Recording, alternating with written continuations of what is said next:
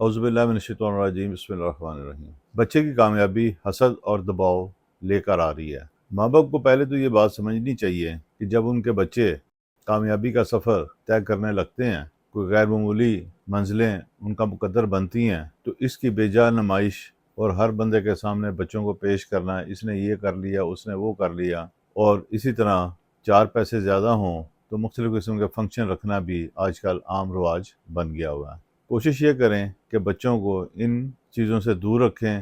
یہ چیزیں جب نہیں ہوگی تو بچے لوگوں کی نظروں سے بھی ذرا پوشیدہ رہیں گے، ان کی کامیابیاں بھی تھوڑی سی چھپی رہیں گی جن کے اظہار کا ابھی وقت نہیں ہے۔ جب وہ کسی منزل پر پہنچیں گے تو بالیقین ساروں کے سامنے ان کی شخصیت بھی آئے گی، ان کی کامیابی بھی آئے گی اور ان کی ترقی بھی آئے گی۔ نظر لگنے، دباؤ میں آنے کی یہ بنیادی وجوہات ہیں جن سے بچنا چاہیے۔ اسی حوالے سے چند اسماء حسنہ آپ کو بتا رہا ہوں، انہیں آپ پڑھیں، بچے پہ دم بھی کر سکتے ہیں انہیں پڑھ کے، اور بچے کو ان کا پانی بھی پلا سکتے ہیں۔ اسماء حسنہ کچھ یوں ہیں: یا اللہ، یا رحیمو، یا عزیزو، یا مصورو۔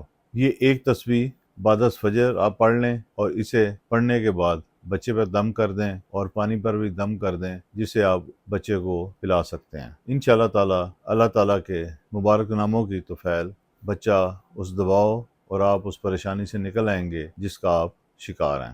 بظاہر ایک چھوٹی سی لیکن فی زمانہ ایک بہت مشکل سی بات ہے، اور وہ بات یہ ہے کہ بزرگوں کی خدمت کریں، ان کی دعائیں لیں، ان کی ضرورتوں کا دھیان رکھیں، جہاں پہ ان کے اوپر کچھ خرچ کرنے کی ضرورت ہو، انہیں کسی چیز کی ضرورت ہو، اس کو پورا کرنے کی کوشش کریں۔ انشاءاللہ تعالی اللہ تعالیٰ آپ کے حسن سلوک کے بدلے میں آپ کے لیے آسانیاں پیدا فرمانے والا ہے، اور ہماری دعا بھی یہ ہے کہ اللہ تعالیٰ آپ کے لیے اور آپ کے بچوں کے لیے آسانیاں پیدا فرمائے۔